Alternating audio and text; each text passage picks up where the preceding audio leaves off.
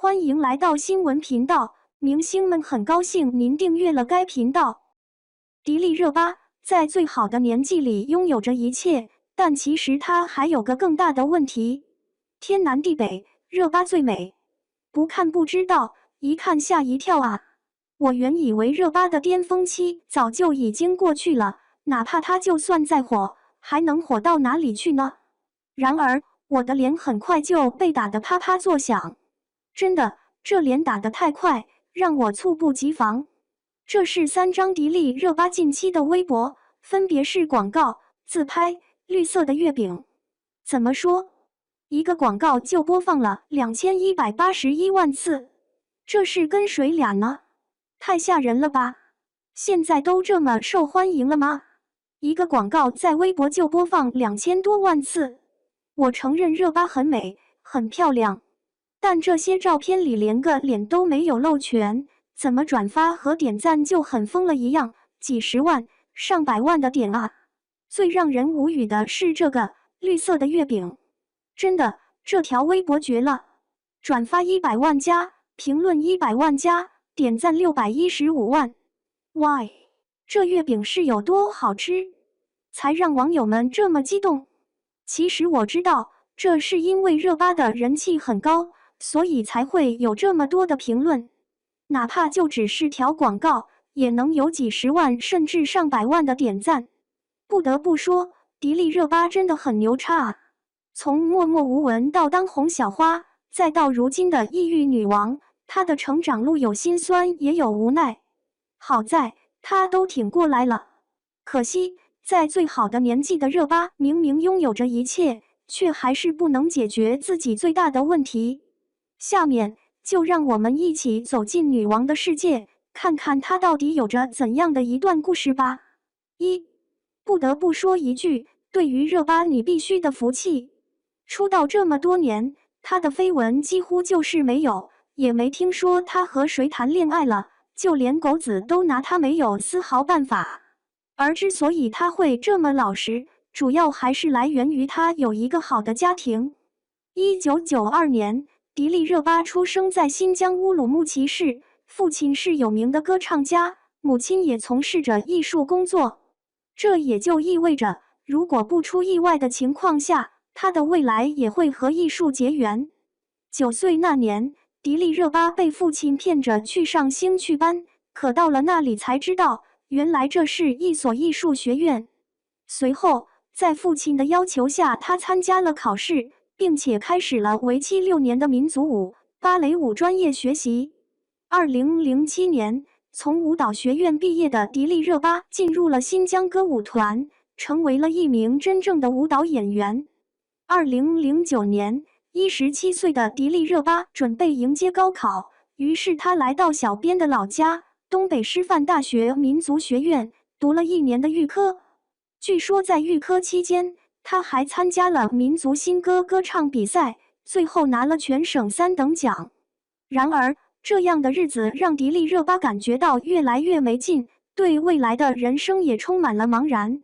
于是，在深思熟虑后，她决定放弃现在的一切，想要去追寻些不一样的东西。2010年，在填大学志愿时，无意中她看见了上海戏剧学院和中央戏剧学院的招生栏。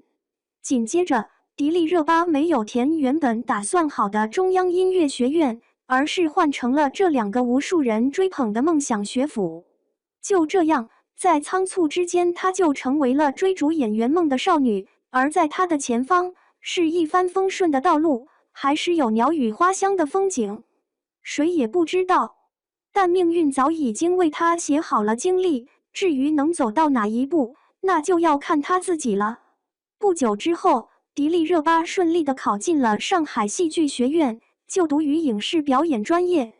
同年，她参加了陆川执导的古装片《王的盛宴》女主角虞姬的上海站海选，因为外形的优势太过明显，属于那种过目不忘的美人，所以尽管最后没有被选上，但她还是因此有了名气，而她的演艺之路也就此开始了。大一刚入学，迪丽热巴就走了大运，当别人还在学校里因为汇报表演发愁时，他已经提着行李箱进剧组了。2011年，他领衔主演了红色革命剧《阿纳尔罕》，在其中饰演阿纳尔罕。据悉，这部电视剧是由中央电视台电视剧管理中心、新疆大森文化传播有限公司等联合摄制的民族剧，而这也是迪丽热巴的第一部作品。她也凭借着这部戏正式进入了演艺圈。不过，话说回来，那时的迪丽热巴还只是一名刚进上戏的学生，不知道她是怎么得到这部戏的女主角的，又不知道作为歌唱家的父亲在里边到底扮演着什么角色。也许并不是传闻中那样，毕竟在进上戏之前，迪丽热巴就曾是新疆舞蹈团的成员，美丽是出了名的。所以依靠着这一点，应该也是十拿九稳的。不管怎样，不可否认的是，她的起点算是很高了，因为这部戏播出后反响很好。在央视一套黄金档播出后，不仅获得了城市网全国同时段收视率首位的成绩，还获得第30届电视剧飞天奖优秀电视剧奖提名。随着电视剧的大火，迪丽热巴的人气也水涨船高，一下子就成为了3线女星。而由于这部剧的大火，她的资源也是肉眼可见的增长着。仅仅是在第2年就和彭于晏等人合作了古装剧《风中奇缘》，不得不说，还真的顺利的有些不敢相信了。2012年，迪丽热巴更进一步，与杨幂、郑爽、马天宇等人一同出演古装仙侠剧《古剑奇谭》，她在其中饰演小师妹芙蕖。最后，杨幂常挂嘴边的苏苏火得一塌糊涂，大师兄陈伟霆也紧随其后。当然，古灵精怪的迪丽热巴也跟着小火了一把。也因为这部戏，让她和杨幂走得近了许多，同时也让杨幂看见了她身上的无限潜力。说实话，当时杨幂具体看出她潜力到底有多大，我是肯定不知道的。但迪丽热巴的外貌绝对能赚钱这件事，我想是个傻子都能看得出来。所以，两人的相识为日后的签约埋下了不小的伏笔。同年，迪丽热巴接到微时代在北京的面试，又为二人的相遇缩短了不小的时间。据她自己所说，当初去北京完全是抱着试试看的心态，可没想到原本1天的面试，却足足待了4、5天。也就是这4、5天里，让热巴走进了杨幂的眼里，也同时拿到了出演微时代的资格。随后，因为和杨幂演对手戏，导致迪丽热巴很紧张。好在杨幂及时耐心的教导，这才让她放松下来。看着眼前的杨幂如此平易近人，迪丽热巴没来由的感觉到很是亲切。与此同时，杨幂所在的公司欢瑞世纪宣布以工作室的方式让其独立发展，避免资源差异大导致明星心生间隙。而正是这种方式，让当时的杨幂心里有了开公司的想法，因为她想要彻底摆脱资本的掌控，成为一名真正的女王。于是，在接下来的2年里，她与2位经纪人和助理共同谋划，这才在2015年组建了嘉行传媒。当公司成立时，她第一件事做的就是把迪丽热巴等人签到自己名下，并且迪丽热巴的合同一签就是15年。不得不说，这是真的狠，但也特别的聪明。毕竟那时的热巴已经开始走红，如果不牢牢的握在手里，真的是天大的损失。当然，如果不是有热巴的存在，又哪里会让杨幂在日后赢了对赌协议，一跃成为资本呢？这都是冥冥中注定的，但也是离不开杨幂毒辣的眼光的。2015年，刚签约嘉行传媒的迪丽热巴就得到了力捧，出演了都市爱情剧《克拉恋人》。凭借着剧中外表高冷有范儿，而内心却单纯善良、鬼马精灵的超级明星高文艺角儿，她获得了更多的关注，还获得了第7届国剧盛典观众喜爱新人女演员奖。2016年，她再次主演《傲娇与偏见》《麻辣变形记》和《漂亮的李慧珍》等剧，为嘉行传媒对赌协议的完成做出了巨大的贡献。而身为老板的杨幂也是身先士卒，带领着一众演员们奋力工作，最后在2017年凭借着《三生三世十里桃花》成功逆袭。她不仅赢了对赌协议，还成为了圈里数一数二的女资本家。从此她不再受人摆布，手里握着好几个一线明星，做到了不工作也能数钱的大佬。而迪丽热巴也因为受到力捧，成为了圈里一线当红小花。同年2月，由于杨颖回家待产，奔跑吧兄弟缺了一个女嘉宾的位置，于是迪丽热巴成为了替补。因为这个节目，她的人气再次高涨，达到了一个不可想象的地步。可是，在风光无限的同时，也终归是要伴随着数不尽的绯闻的。毕竟，你有多大的辉煌，就要承受多大的舆论，这是自古不变的道理。随着节目的播出，热巴与鹿晗的绯闻也跟着越来越严重。节目里那些甜甜的互动，时刻撩拨着观众的心。说实话，我一个老爷们都觉得他们很相配，情不自禁的希望二人能够在一起。可惜的是，那时的鹿晗已经有了关晓彤，又哪里容得下一个迪丽热巴呢？为了照顾女友的感受，鹿晗直接官宣了恋爱。为此，他丢掉了顶流的位置，直到现在无人问津。不得不说，这代价实在太多，做法也是真爷们儿。如果有一天他们分手了，那就真的是个笑话了。当然，由于鹿晗的坦率，热巴这边终于大白于天下，没有绯闻的纠缠，她终于可以专心搞事业了。2018年至2019年，她主演了《烈火如歌1001夜》，参加了舞蹈真人秀《新武林大会》，当了金鹰女神，做了创造营的导师，还登上了春节联欢晚会。2020年，她再次主演《三生三世续集诊上书》，为自己的演艺生涯再次锦上添花。尤其是2021年，一部《你是我的荣耀》直接把腾讯服务器搞瘫痪了，收视率更是突破新高，成业名副其实的演技派。2022年，迪丽热巴在腾讯视频上映的《与君初相识》得到了一致好评，她的爆火程度也是一点都没有减少。而抛开这些事业上的成就，迪丽热巴私下里又是怎样的一个人呢？其实私下里的热巴很安静，也很宅。据说之前有狗子一直都在蹲她，希望能拍到点不一样的东西。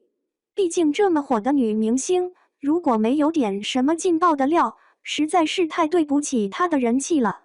可没想到的是，狗子在她的家门口蹲了足足1个月，都没有拍到想要的东西。据悉，热巴每天除了工作以外，就是待在家里休息，偶尔的出门不是拿外卖，就是在去吃饭的路上。话说，别的女明星吃货是人设，合着你这是最真实的自己是吧？天天除了吃就是吃，也是没谁了啊！怎么办？你这让狗子的工作很难继续下去啊！除了这些，还有就是他的感情问题。怎么说呢？从出道到现在，他的身上貌似没有任何有关恋情的新闻。也许出道之前有过，但我们不得而知。可是这么多年以来，也没听过他和谁谈恋爱了啊！眼看着已经30了，貌似他并不怎么着急啊！别和我说那些绯闻男友，真的，只要长点脑子的，都不会相信那些事情的。娱乐圈是什么地方？名利场啊！没有炒作哪来的名利？结语：如今，在事业方面可以说是达到巅峰的热巴，已经没有什么遗憾了。唯一的问题就是迄今为止还没有公布过一任男朋友。或许是时间没到，又或许是在等待着。总之，感情的事情已经成为了他最大的问题。相信他的父母也催过他，就是不知道最后会便宜磕哪个男人，能拥有这么好的迪丽热巴呢？明明在最好的年纪里，就已经有着一切美好的东西，迪丽热巴真的很让人羡慕。当然，作为新时代的女性，还是要秉承着宁可单身也不将就的原则。毕竟婚姻是自己的，幸福不幸福也只有本人辈知道。如果爱情还没有来，那不妨再等一等。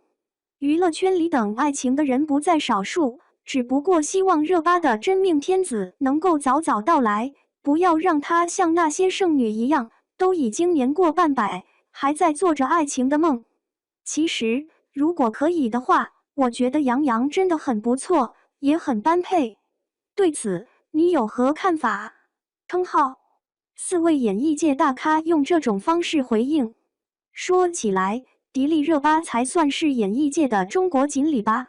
除了收获了这届的金鹰女神称号，最终凭借漂亮的李慧珍成为了视后。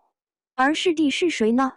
她就是凭借麻雀打败了柳云龙、张嘉译、何冰、何瑜和为老戏骨的青年演员李易峰。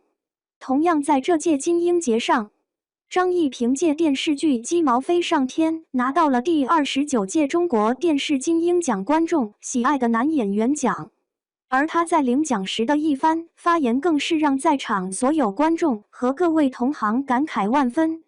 张译说：“我今年40岁了，终于拿到了金鹰奖，感谢同行的前辈鞭策我成长。结果不重要，过程才重要。”除了和杨紫争夺金鹰女神，迪丽热巴是和哪些女演员争夺视后称号的呢？答案是孙俪、樱桃、袁泉、刘涛。这4位女演员的代表作，想必咖啡是不用多说了吧？